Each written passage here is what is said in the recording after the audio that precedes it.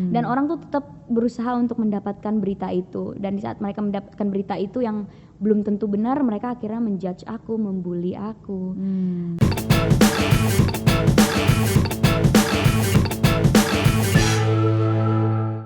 Eits, tunggu dulu. Sebelum nonton video lengkapnya, jangan lupa untuk subscribe ya, dan klik link di bawah ini. Jangan lupa juga untuk klik tombol loncengnya.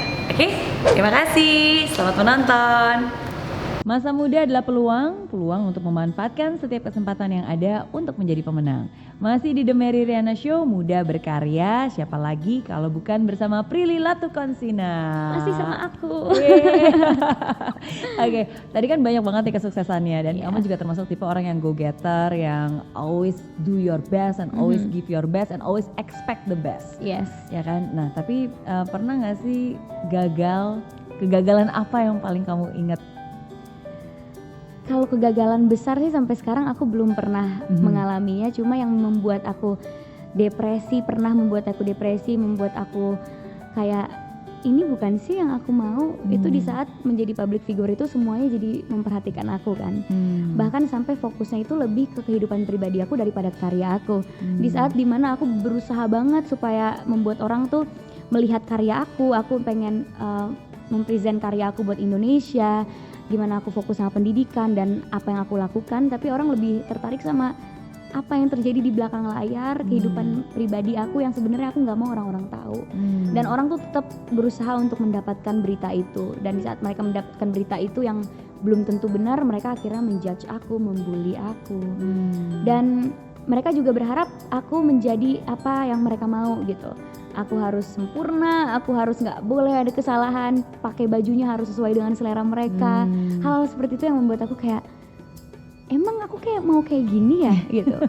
Apakah ini yang aku mau gitu? Karena kan kalau lihat cita-cita dari kecil jadi dokter, kayaknya aku nggak mungkin deh orang mau kepo sama kehidupan pribadi aku. Tapi pas jadi public figure aku yang kayak, semua orang mau tahu aku di mana, semua orang mau tahu aku pakai baju apa, dan kalau pakai bajunya nggak sesuai dengan selera mereka aku dibully. Sepele itu aku bisa mendapatkan bulian, dan itu yang membuat aku depresi dan sometimes berpengaruh juga ke pekerjaan aku jadi nggak fokus dan ngebuat aku jadi aku kayaknya nggak kuat lagi nih jadi public figure. Kayaknya aku mau go back to my old life, dimana aku normal aja seperti orang lainnya, sekolah, cita-citanya yang jelas bukan public figure yang nggak dilihat sama orang banyak. Tapi lagi-lagi orang tua aku membangkitkan aku, kamu udah setengah jalan, kamu nggak bisa step back gitu aja. Kamu justru harus maju, ini adalah kerikil-kerikil yang harus kamu lewati gitu. Jadi ya, dan kunci sukses adalah kita lewatin kerikil itu, istilahnya kaki kita sampai berdarah dulu baru kita sukses, bukannya jalan mulus kayak tol gitu kan. Jadi kayak ini adalah proses kamu untuk sukses. Akhirnya aku bangkit lagi gitu.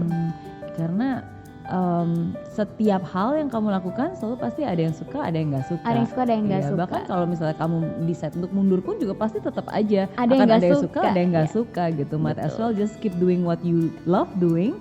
Dan anyway at the end of the day kan juga bukan semua komentar itu matters kan, tapi komentar orang-orang yang memang kamu peduliin aja, yang memang benar, yang memang matters. Betul. Mungkin karena waktu itu aku masih muda banget, aku masih 19 tahun, dimana aku setiap hari ngebaca komentar orang soal baju aku, soal bagaimana aku bicara, soal muka aku, soal fisik aku, body shaming dan segala macam. Itu udah aku dapat di aku umur 19. Yang tadinya aku nggak pernah memikirkan kekurangan aku, karena diingetin terus sama mereka, aku jadi kayak, memang itu kekurangan yang terlihat banget ya.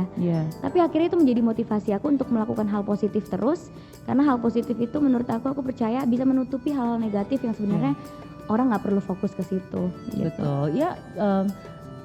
Kan makanya ada yang bilang hidup itu Tuhan yang kasih, kita yang jalanin, tapi orang lain yang komentarin. Iya betul.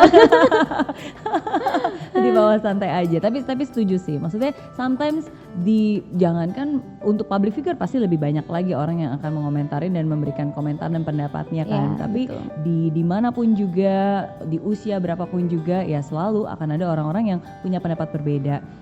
Kalau dari saya pribadi, saya selalu berpikir ya sama seperti kayak kita lagi naik perahu gitu kan, terus kadang-kadang kita lewat air yang kotor, yang keruh, ya it's okay gitu. Air itu tidak akan membuat kapal kamu tenggelam gitu. Tapi kalau kamu membiarkan air itu masuk ke kapal kamu, Nah itulah yang akan membuat kapal itu tenggelam. Jadi exactly. ya asalkan kita nggak membiarkan perkataan itu masuk ke dalam pikiran dan hati kita dan iya. kita jadi yakin banget tuh jangan-jangan seperti itu, Iya, ya itu nggak iya. akan menenggelamkan kita sih. Makanya sekarang aku udah cuek aja, yang penting aku bisa berteman sama orang-orang yang memberikan aku dampak positif. Orang tua aku juga selalu mendidik aku dengan positif dan selalu memberikan aku hal-hal yang bisa aku dengar, hal positif yang bisa aku dengar. Jadi ya udah, komentar itu asal lewat aja.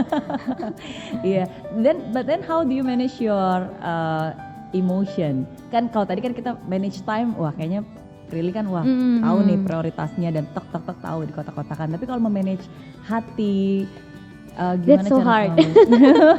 That's so hard karena aku orang yang ngedengerin omongan orang, tapi Iya. ngedengerinnya tuh kayak yang positif aku dengerin, yang kritik membangun pasti aku dengerin untuk evaluasi, sampai akhirnya yang buruk sebenarnya nggak harus kita dengar, akhirnya aku dengerin juga gitu. Iya. Dan ngebuat aku berpikir, aku overthinker banget karena aku yang kayak kenapa dia bisa berpikiran seperti itu ya, pasti ada sebabnya. Apa ya sebabnya, apakah aku salah melakukan ini? Jadinya rentetan peristiwa Jadi tuh aku dicari. pikirin ya, aku cari.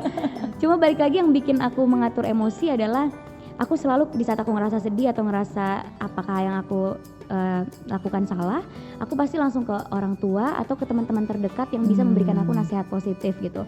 Apakah ini benar, apakah ini salah, dan pastinya mencari teman yang bisa menghibur kita. Nah akhirnya kan kalau teman yang bisa menghibur, teman yang bisa nguatin, itu akhirnya kita kuat lagi. Itu sih paling. Jadi spend time with the lovely ones. Betul. Pasti langsung moodnya bangkit lagi. Dan harus pilih-pilih ya dengan siapa kamu bergaul itu juga penting ya. Itu Dan orang penting. terdekat kamu itu siapa itu juga yang akan Itu mempengaruhi penting hidup banget kamu. karena kan ada istilahnya kalau kita bergaul sama orang yang wangi, kita bisa keikutan wangi. Tapi Iya. kalau kita bergaul sama orang yang bau, ya aromanya juga ikut-ikutan ke Keturunan kita. bau. Jadi memilih teman itu penting banget buat aku. Makanya teman aku dikit karena takut. Tapi memang benar, maksudnya we don't need to have so many friends, we just need to have a few good ones yang memang truly friends. Iya, gitu. nggak perlu punya teman banyak. Kuantitas tuh nggak perlu, tapi kualitas kan yang kita perlukan. Jadi komentar-komentar netizen sampai sekarang pasti sering aja dong ada. Masih setiap hari pasti ada, apapun gitu. Walaupun kayaknya yang aku posting nggak ada negatif sama sekali. Bahkan misalnya lagi promo film aja ada aja 1-2 gitu. Tapi ya udah hapus aja komentarnya karena aku tahu itu nggak terlalu penting untuk kita ini. Kedua, aku selalu mikir mereka nggak tahu kehidupan aku di belakang layar tuh seperti apa, gimana susahnya aku. Jadi apapun yang mereka omongin itu nggak begitu pengaruh kok, karena aku udah kerja keras untuk sampai di sini gitu. Well, seperti yang banyak orang bilang, tidak mudah untuk memahami, makanya banyak orang lebih suka menghakimi ya, which is not right. Bener. Don't judge a book by its cover, tapi at the end of the day don't even judge at all Ya, kan? bener. Oke. Nah, tadi kuliah udah, terus tadi sempat ngomongin tentang film, tapi di antara semua kesibukan dan waktu yang terbatas masih ada lagi kesibukan lainnya, yaitu bisnis. Iya. Dan bisnisnya ini bukan hanya satu loh. Yang pertama kali apa nih bisnisnya dulu? Yang pertama kali kue, habis habis itu aku ke bakery. Habis ke bakery aku nyoba ke restoran. Habis ke restoran aku nyoba sekarang ke clothing line. Oke. Terus ada juga ke obat-obatan, itu aku bikin jus itu untuk melangsingkan badan gitu. Jadi total ada 5 sih yang lagi aku kerjakan. Yang mana nih yang sekarang lagi difokusin? Sebenarnya pasti fokus semuanya, cuma yang benar-benar lagi difokusin untuk berkembang itu yang restoran sih. Yang Nona Pedas. Nona Judes. Nona Judes. Ya, juaranya pedas, Juaranya pedas. Kenapa judulnya Nona Judes? Itu kan nanti memberikan, wah jangan-jangan nih Nona Judes, jangan Prilly Judes lagi. Ya sih? Sebenarnya karena Judes itu juaranya pedas, disingkat jadi Judes gitu kan. Okay. Terus kenapa Nona? Karena aku orang Ambon dan Sunda, orang Ambon kan suka dipanggilnya Nona. Yeah. Jadi ya udah Nona Judes gitu. Nona Judes. Berarti pedas banget ya? Pedas banget. Oke. Kalau clothing lainnya namanya? Clothing lain namanya Ili Wears. Ili itu nama panggilan aku. Terus kenapa Wears? Jadi kayak emang sesuatu yang pasti akan aku pakai, sesuatu yang sering aku pakai, model-model yang sering aku pakai. Jadi namanya Ili Wears gitu. Awalnya bisa merambah ke dunia bisnis itu gimana? Awalnya karena papa aku kan emang dia di bidang bisnis dan dia selalu pengen anaknya cobain bisnis gitu. Dan dia selalu, bahkan adikku yang masih SMA aja, papa aku tuh yang kayak, ayo nih papa modalin tapi kamu harus bisa balikin modal papa. Jadi masih SMA aja udah digituin gitu sama papa. Akhirnya aku nyoba waktu itu bisnis kue dulu kan, karena pada saat itu kekinian banget dan aku lihat opportunity-nya juga besar sekali. Dan aku juga udah menemukan tim yang solid dan aku kenal, jadi ya udah aku mau gitu. Setelah itu akhirnya aku menemukan partner lagi yang kita sevisi banget, barulah kita buka restoran gitu. Abis kue dan bakery buka restoran, dan ternyata aku suka di bidang restoran karena aku juga suka masak kan, pernah jadi host acara masak. Jadi aku bisa cobain, aku bisa bikin resepnya, dan ternyata banyak yang suka. Baru sekarang di clothing line gitu. Tapi memang selalu satu juga udah fokus, udah jalan, terus baru satu lagi. Jadi lagi. nggak langsung banyak semuanya, tapi yang satu udah jalan, udah punya tim yang solid, bisa aku bisa step back sebentar untuk bikin bisnis baru. Nanti ini udah solid, step back lagi untuk bikin bisnis baru. Jadi yang penting udah solid dulu tim di dalamnya gitu. Betul, baru yang berikutnya. Oke. Setuju dan seneng banget nih, maksudnya seneng banget kamu di usia muda tapi kamu sudah bisa tahu dan mengerti tentang hal ini.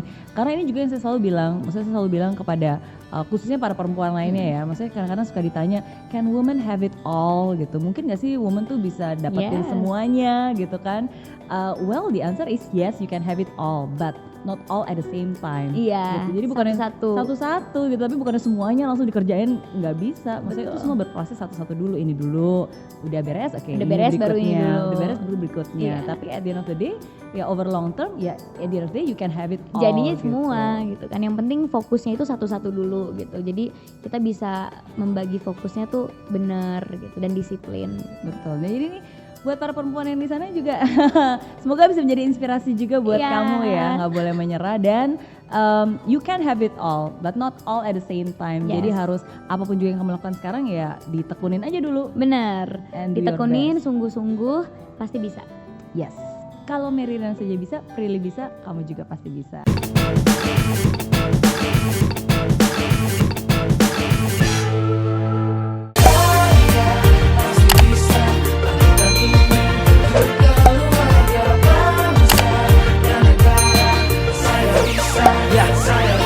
Laksana bumi tanpa hujan, hidup tanpa tujuan, kering dan mati tanpa hijaunya tumbuhan.